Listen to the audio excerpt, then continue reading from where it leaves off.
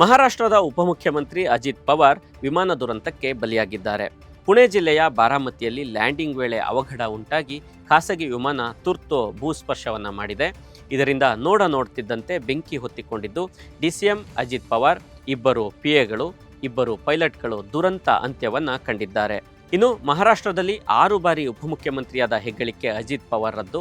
1995ರಿಂದಲೂ ಬಾರಾಮತಿ ಕ್ಷೇತ್ರವನ್ನು ಪ್ರತಿನಿಧಿಸುತ್ತಿದ್ದಂತಹ ಅಜಿತ್ ಪವಾರ್ 6 ಬಾರಿ ಶಾಸಕರಾಗಿ ಅಮೋಘ ಸಾಧನೆಯನ್ನ ಮಾಡಿದ್ದಾರೆ. 1995, 1999, 2004, 2009, 2014 ಮತ್ತು 2019ರ ಚುನಾವಣೆಯಲ್ಲಿ ಗೆದ್ದು ತಮ್ಮ ರಾಜಕೀಯ ಭವಿಷ್ಯವನ್ನು ಬಲಪಡಿಸಿಕೊಂಡಿದ್ದರು.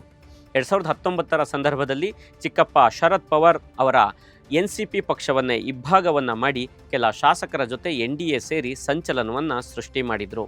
ಇನ್ನು ಸ್ಥಳೀಯ ಸಂಸ್ಥೆಗಳ ಚುನಾವಣಾ ಪ್ರಚಾರಕ್ಕೆಂದು ತೆರಳುತ್ತಿದ್ದ ಅಜಿತ್ ಪವಾರ್ ಸಾವಿನ ಸುದ್ದಿಯನ್ನು ತಿಳಿದಂತಹ ಪ್ರಧಾನಿ ನರೇಂದ್ರ ಮೋದಿ, ಮುಖ್ಯಮಂತ್ರಿ ಸಿದ್ದರಾಮಯ್ಯ ಸೇರಿದಂತೆ ಹಲವು ಗಣ್ಯರು ಕಂಬನಿಯನ್ನು ಮಿಡಿದಿದ್ದಾರೆ.